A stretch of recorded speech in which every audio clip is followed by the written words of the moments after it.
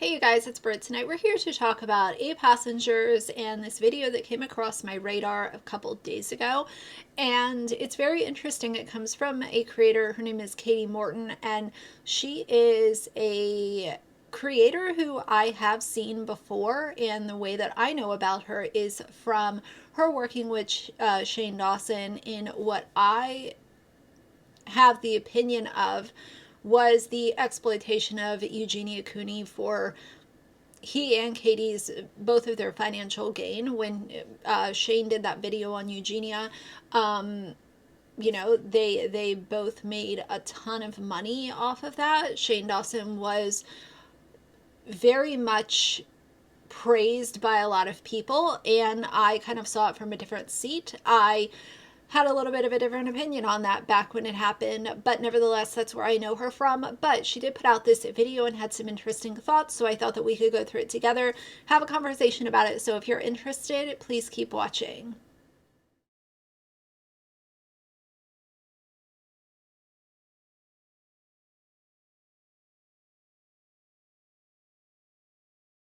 All right, you guys, so like I said, this video comes from Katie Morton. It has 239,000 views, 6.2 thousand likes, 238 dislikes, and she starts around 4 minutes with the what she's calling the 5 missed signs, and we're going to go through these together. I will stop throughout, but let's just start at the top. Before we get into it, I also want to say that I'm sure that if you're clicking on this video, you know all about 8Passengers and Ruby Franke and Kevin Franke and Jodi Hildebrandt and kind of why this video has even come to exist. But if you're unaware, Ruby Franke and Kevin Franke had a very popular family vlogging channel. It had around 2.5 million followers at its peak, and they posted a lot of very problematic content. And then they stopped posting. CPS got involved. CPS dropped the ball when they first got involved. And then more time went forward where Ruby and Jodi started working together in what they called their connections classroom, where they were putting out some really harmful advice to other parents that were willing to listen to it. And everything came to an abrupt stop when one of Ruby's children escaped Jodi Hildebrandt's house, who, as we now know, is her business partner. And some have said they are more than just business partners, but I don't really want to speculate on that because, frankly, it doesn't have anything to do with the way that things ended. But that little boy ended up escaping Jodi's home, going to the neighbor's house, and then authorities got involved. Both of them were arrested. They have both been in jail since early September. We are anxiously waiting to see how this is going to unfold. Obviously hoping for justice for the especially the two youngest children, because they are the ones that were in the home. One of them escaped, and then the authorities were able to assist the other one as well. But nevertheless, that's why this video is even being made. But if you want more information about 8Passengers, I will link a playlist down below, and you can watch if you are interested in it. First, an overemphasis on perfection. The family appeared to strive for an image of perfection, portraying an idealized version of family life. And this can put immense pressure on family members to maintain this facade. I'm only going to say it one more time, and then you're going to lose the privilege to eat dinner. When perfection becomes the norm, it can create a constant sense of pressure to meet these unattainable. First of all, I want to hit on that for a second because I've said this before, but eating is not a privilege. When you are a parent, you are expected to feed your children. You are literally expected to feed your children and keep them in a safe shelter, make sure that they are getting enough food, water, love, health care. Like, those are not privileges, they are expectations. And for Ruby to say that and say it with her whole chest on video and actually post the video tells me exactly how she thought she was right in all of this. She thought that she was the smartest one in the room. She was the smartest woman. She was the smartest parent. And she definitely allowed the mask to slip a few times during their vlogs. Let's talk for a quick second too about the idea of perfectionism. I see this a lot on social media. You can follow just about any family vlogger, especially if they have a large following, and you will see that emphasis on perfection. The house is perfect. The house is always clean. The meals are always perfectly planned. The kids are always dressed in the cutest outfits that are always just impeccably clean. And like, it's putting out this facade of this is what a family should look like. And then it puts other parents in this position where, like, if their kid has a stain on their shirt from lunch that isn't automatically swapped out, like, it makes them feel bad. Like, I don't know, family vlogging is so problematic for a laundry list of reasons. There's so many issues, and obviously the top is the impact that it has on the kids. But that is interesting because I think this idea of overemphasis on perfection can apply to not just 8Passengers, but many of the family vlogging channels that are on social media, and a lot of them that I have covered myself. Ideals. This can lead to chronic stress and feelings of inadequacy. My bedroom was taken away for 7 months and then you give it back like a couple weeks ago. I don't think our viewers know that. You've been sleeping on a beanbag. I've been sleeping on a beanbag since October. And they gave my room back like 2 weeks ago. An obsession with perfection can also lead to inauthentic behavior. We can feel compelled to hide our true selves or emotions in order to maintain the image of perfection, which can strain genuine connections and hinder emotional honesty. Mistakes are often seen as failure. And that thing where they took Chad's bed away, you know, I covered that back when it initially was happening, but that falls into the idea of calling meals a privilege. That's just not how it works. Literally, giving your child a bed is not a privilege.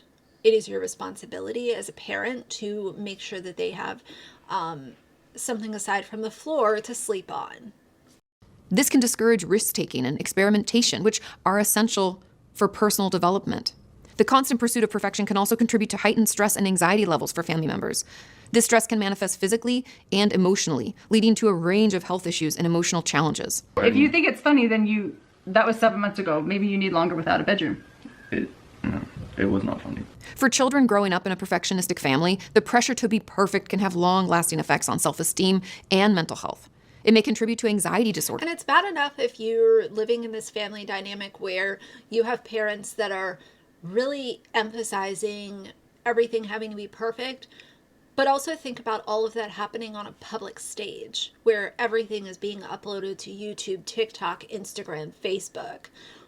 It's not just staying within the four walls of your home where, you know, you can be annoyed and kind of get frustrated at it or hope that it gets better, but then you have parents that are putting it onto social media and that becomes their meal ticket.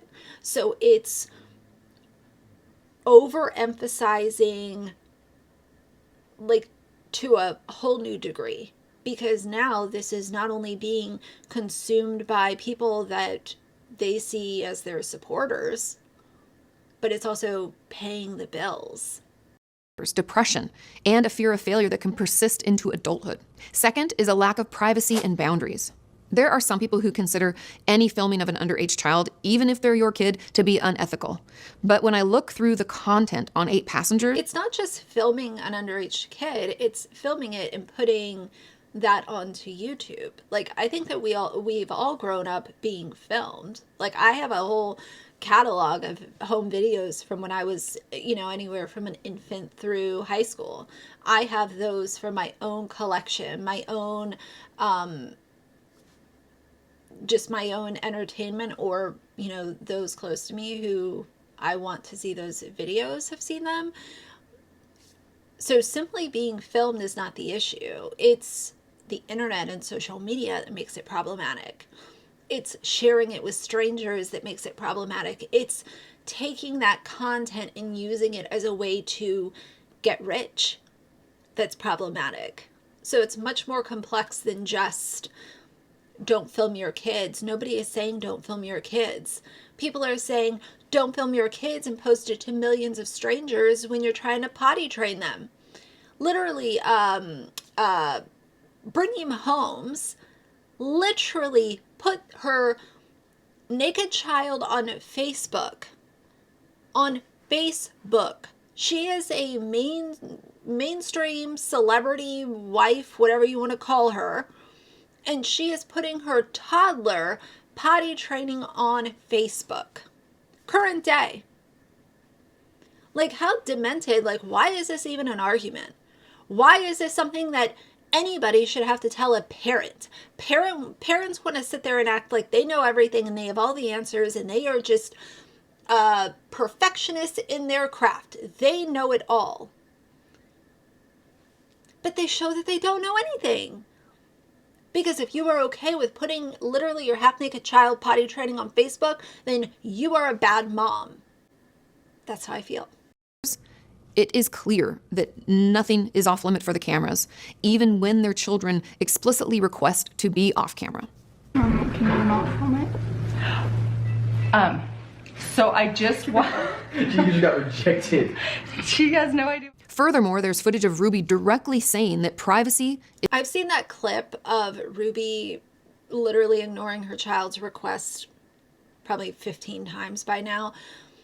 Every single time it makes me upset because not only was the child rejected, her request was rejected. You could tell that she was just kind of like, oh, okay, well, you know, mom's doing what she wants to do again. That's just the way it is. So she has to just kind of like roll her eyes and move on, because it's been made that clear that she gets no respect in this household. Ruby is exactly where she belongs.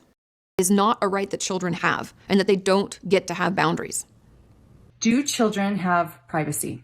In fact, your job as a mother is to constantly be scrutinizing her, to constantly be judging her choices. If you begin to trust your daughter, you're going to go blind to all of the distortions in her life. And now she's not safe. I have 4 walls in my bedroom, and that gives me a place of privacy. Okay. Distortion to Ruby is listening to a song by Flo Rida.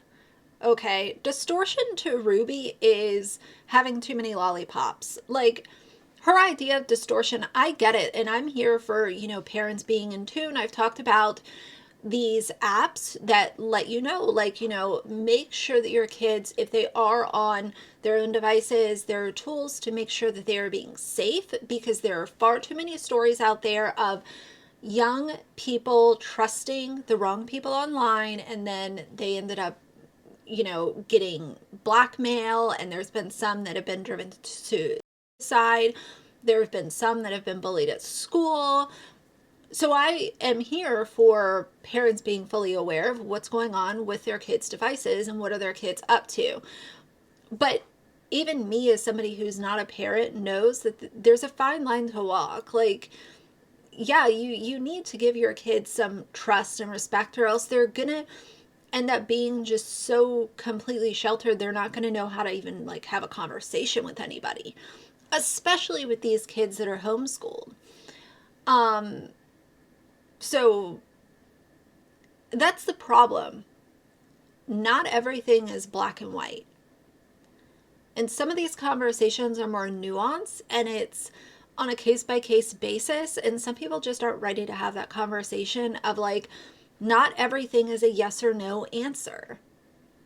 And privacy is one of those things. I have 4 walls in the bathroom. That gives privacy. When my child begins using those 4 walls to do things that are deceptive, they lose the privilege of privacy. Why? Because they're not concerned about privacy. That is the last thing they're concerned about. And the last thing that Ruby was concerned about was privacy. She put all of her kids all over YouTube. She doesn't care about privacy.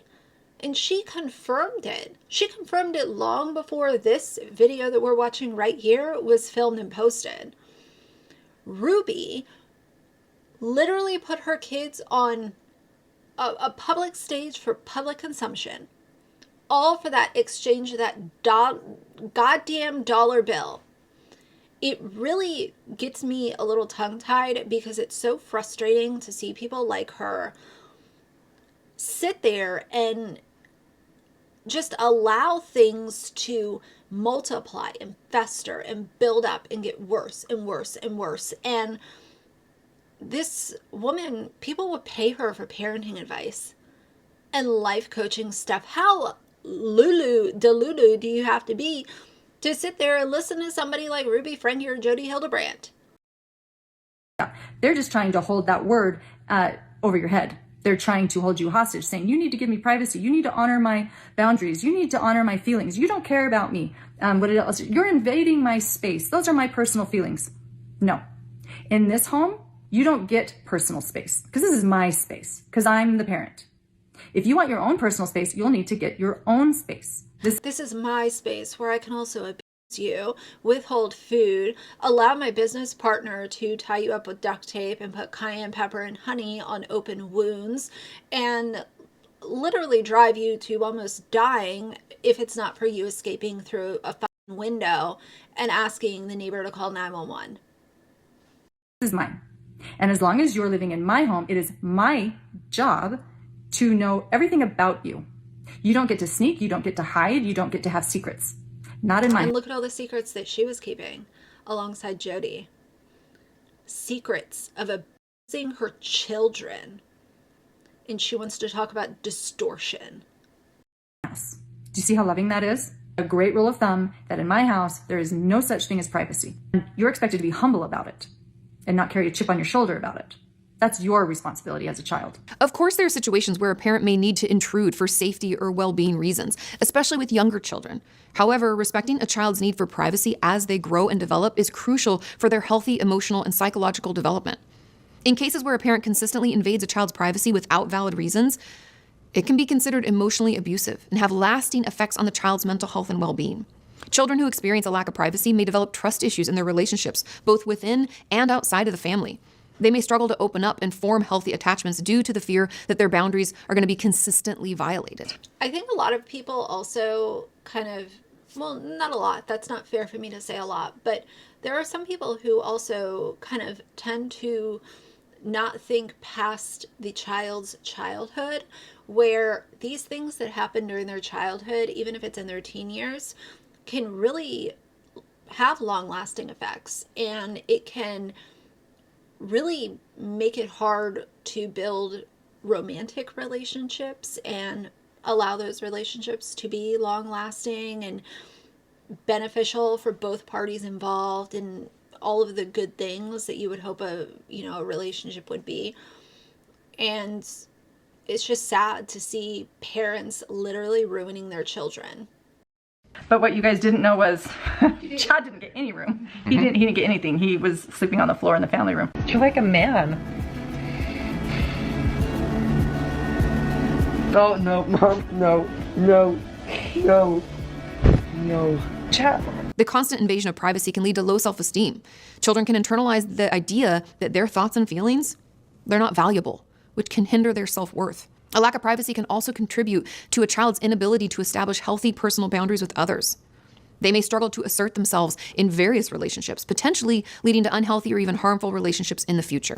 Third, controlling and authoritative behavior. Some viewers noted what they perceived as a significant power imbalance between the parents and the children. It appeared that the parents held the ultimate authority, and dissenting opinions or actions from their children were often met with discipline or disapproval. You're gonna pass on the sucker? I've had enough brownie for a lifetime.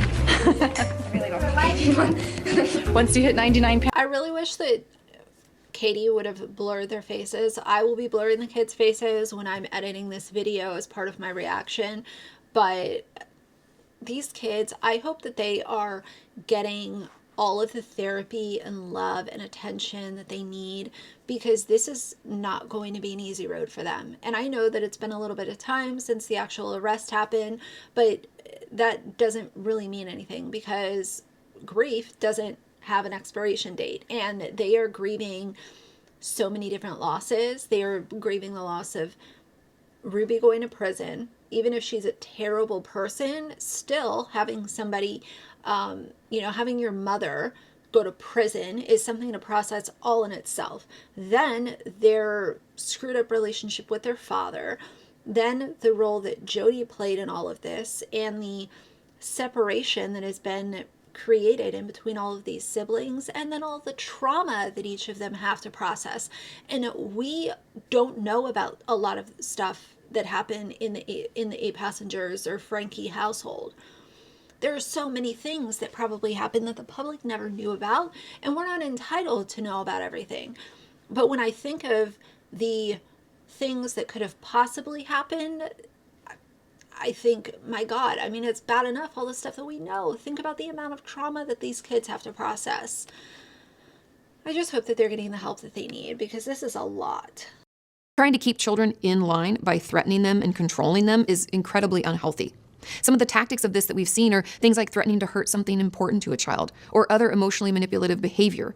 We see Ruby crying when her child wants to go and play with her friends, and also using emotion to try to motivate them in school. Abby, we took the phone away from Abby in November. Oh, And I just don't know why. you may never get the phone back. Probably not. And in this next clip, we see Ruby threaten to hurt her daughter's toy. This might seem funny to some parents, but it is an explicit example of coercive control. And it has a I remember seeing this clip a while ago.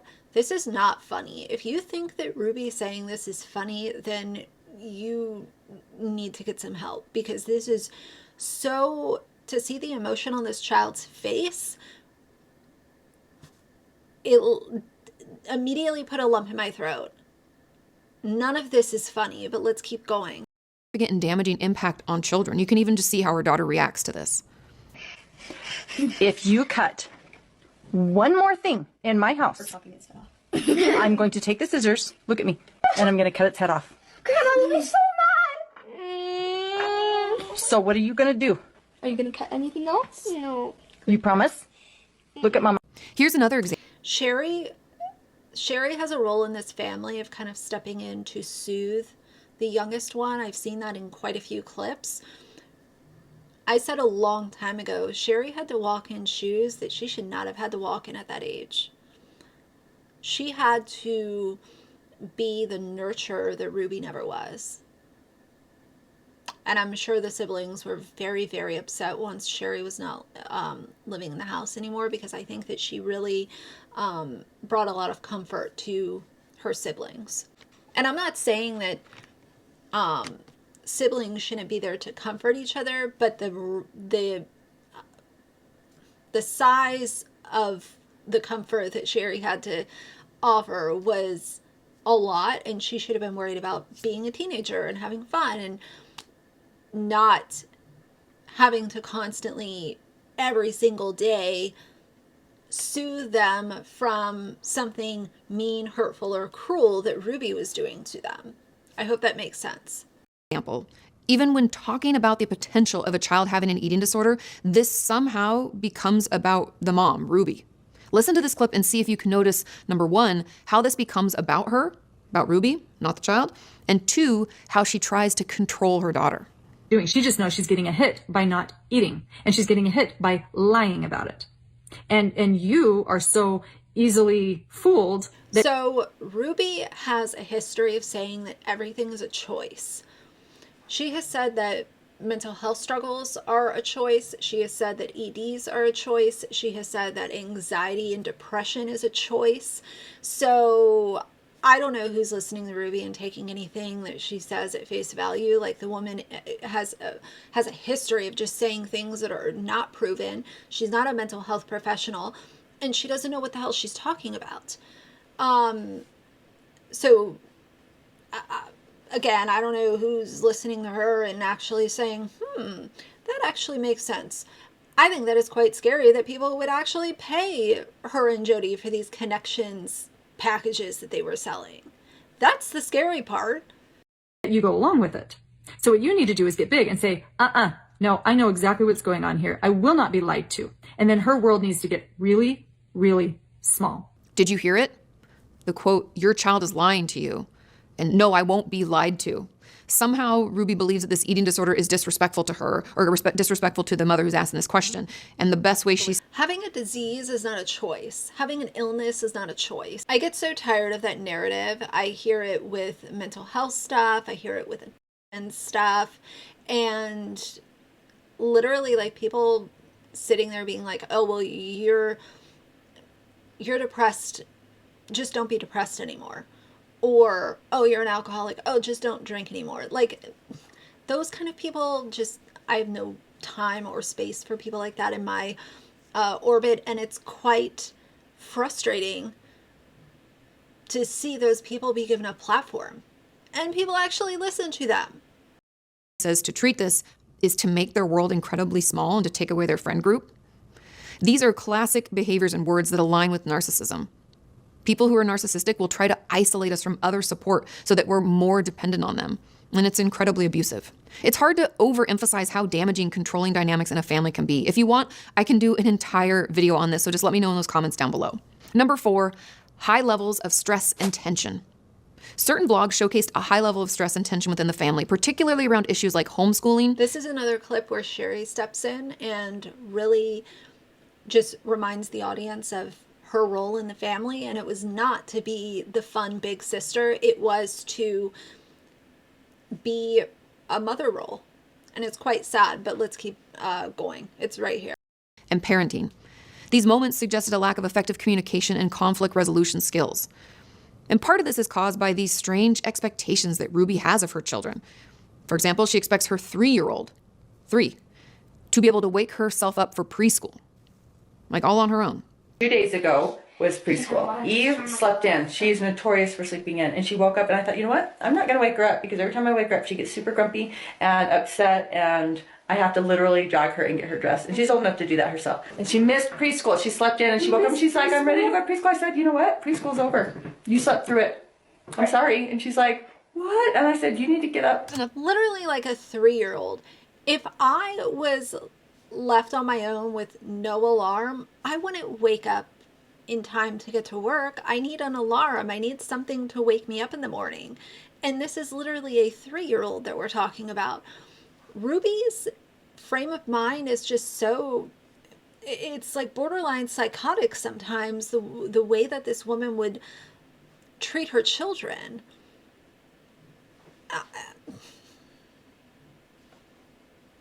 And get ready if you're going to go to preschool because I'm not going to drag you out of bed.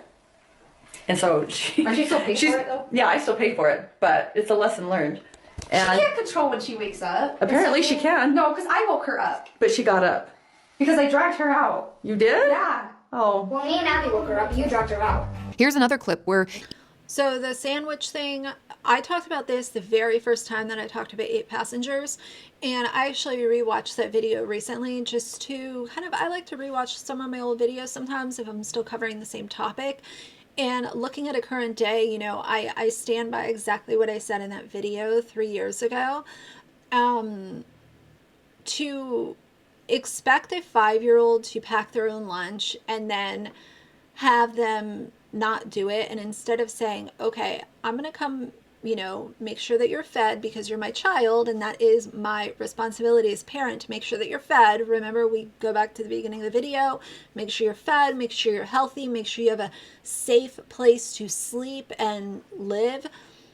But instead of saying, you know, we'll talk about it after school, we'll talk about it over the weekend, we'll figure out a better process to help you prepare for this, if that's something that you really want her to do. Like, I think it's a little out of line, but if you, maybe you want to get her involved in the preparation or something along those lines, like, she's literally 5. She's gonna need hand-holding, and I just think that it's absolutely disgusting the way that Ruby handled this. I still think it's disgusting over 3 years later, and again, she filmed it, edited it, and posted it. And I remember when this happened, people were calling her out, and so many channels were making videos about this, and everything just went on. Everything went on. Eve did not pack a lunch today, and can I bring a lunch over to the school?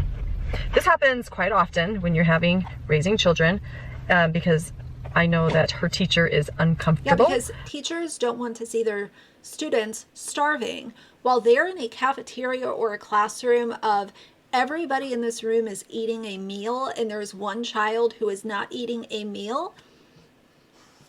Anyone with a heart and soul would want to fix that and want to help this child. Instead, Ruby wants to use it as a form of punishment, as a gotcha moment. And it would ease her discomfort if I came to the school with a lunch. But I responded and just said, Eve is responsible for making her lunches in the morning, and she actually told me she did pack a lunch. So the natural outcome is she's just going to need to be hungry.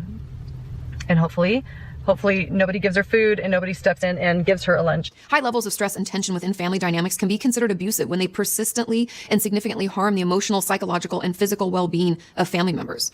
Verbal aggression, belittling, and manipulation can become common ways of communication, causing emotional harm. Eve has been amazingly well behaved for being in town. But you yelled at me. Shh! The fact that I yell at my kids is a secret. We don't want our viewers to know. That never happens in my house. I never yell. Right, Eve? Tell them how mommy never yells at you. I'm super cute and it's hard to yell. I must never tell a lie. I'm super cute. Oh my gosh, you're a doll. Is it right? Yes, you're right. You are super cute. And do I ever yell at you? Sometimes. Sometimes. Yeah. It's hard to yell at me because I'm super cute. Right? Family members may live in a... It makes me mad watching this clip, and just to know that this was one of the kids that was in Jodi's home, and her brother had to escape to get her help so that he could save not only his own life, but his little sister's life as well. Constant fear of conflict or retribution, leading to a pervasive sense of anxiety and intimidation. This fear can, in and of itself, be emotionally traumatizing. It can push us into a state of hypervigilance and leave us exhausted. Chronic stress and tension can also contribute to mental health issues like anxiety, depression, and even PTSD, otherwise known as And here's the thing with like yelling at kids. I'm not saying that if you've yelled at your child, then you're a terrible person. You know, I was yelled at when I was little, and did I like it? No, but you know, unfortunately that can happen sometimes. It's just the way that it is. But when we're talking about yelling, you know, once or twice versus this long road of withholding food, withholding bedroom, not giving them safe shelter, of not bringing them food when they forget it, expecting them to wake up, taking away devices, threatening to cut up toys. And then, as we all know, the way that it progressed once she was, you know, at Jodi's house and everything that unfolded there, where it was just the worst of the worst kinds of child abuse that you can imagine. It's just not even remotely the same. So I want to make it very clear. I'm not saying like, oh, if you yell at your kids, you're the worst person ever. I'm not saying that at all. In fact, I think that parents yell at their kids quite often. But it's everything else that really just ruined the Franke children. Post-traumatic stress disorder for any family members who endure it. And number 5, emotional neglect. The focus on having a picture-perfect life may have inadvertently neglected the emotional well-being of family members. And there was a time, I'll find the photo. I had just had Russell, and Julie was just crying a lot and whining. And one day I looked at her and I'm like, you just stink. She had like peed her pants or something. And it was just because she was being neglected, because I was totally paying attention to the new baby. Viewers noticed the children appearing overwhelmed or anxious, which raised concerns about their emotional welfare. It also seems like there's a profound lack of attunement with normal behavior or pain, or acting out being moralized. When we revisit Ruby's perspective of eating disorders, look at this clip. So your daughter is not losing control over her eating habits. Your daughter is choosing to be deceitful around her eating choices. And you're choosing to make this about the eating.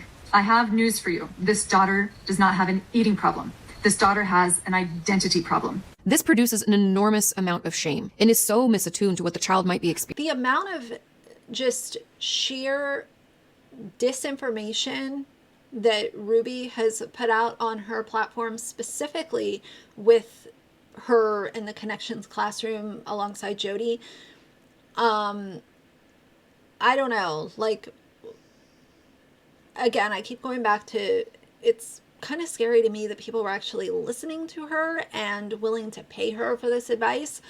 But everything is deceit, distortion, a choice. And she turned out to be an absolute monster. Food withholding, physical using, duct tape tying up, cayenne and honey on the wounds, monster. experiencing. Ruby is not just misattuned to her children. She feels like it's loving to hold back the experience of attunement and validation. Not being cued into our children's experience can leave them feeling isolated and alone. It can also mean that when something bad happens or they feel hurt, they don't have anyone to go to and can internalize this pain. They can also start to believe that they are too much or too sensitive and find themselves people-pleasing later in life as a result. My goal with this video is not to pile on about the horrific things that have now been exposed in this family. My goal is to So that was her video. Of course, I will link it down below in case you guys want to watch the very beginning of it, or, you know, look at the comments or anything like that. Please feel free to do so. But what I want to say is that I want to make it very clear before I close out this video. The only part of this video that I think really applies to other family vloggers is the perfectionism part of it. And I think that we can see that with a lot of different, not only family vloggers, but just lifestyle influencers and things along those lines. Perfectionism sells on social media.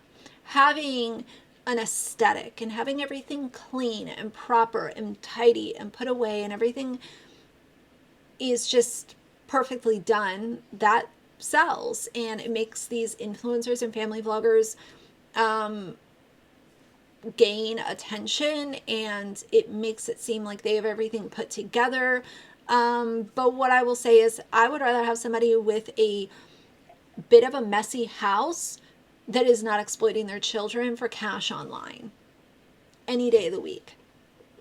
The update that came out a couple of days ago just states that further court dates in Ruby and Jodi's child abuse criminal case have not yet been scheduled. And I think that now that we're going into the holiday season and all of those things, I think that it might be a bit slower to move forward than, say, if we were in January or February right now. So I will obviously keep my eye out, but I felt like that video from Katie, even if I've disagreed with things that she has done or participated in the past, I do still think that she raised some good points. So I wanted to bring that to you guys as a little bit of an update or extended conversation, whatever you want to say. It's not that deep, but I do think that it's very just, I really think a lot about all of the Franke children, because I think that this entire situation has affected each of them in such a different way. And obviously we know that the two youngest were with Jodi and Ruby, and they were obviously severely physically abused by both Ruby and Jodi. But this has also still affected the other children. The other video that I'm going to film, and that'll probably be it, at least until some reasonable update comes up, is the reaction to her sister Ellie put out a video 2 days ago. And I'm going to react to that in a separate video, because this video is already probably around 30 minutes, if I'm assuming correctly. But that's going to be it. So stay tuned for that, and we'll just see where this goes. So for now, if you like the video, please leave a like and a comment. And if you'd like to see more from me in the future, please subscribe. I'll see you guys soon. Bye.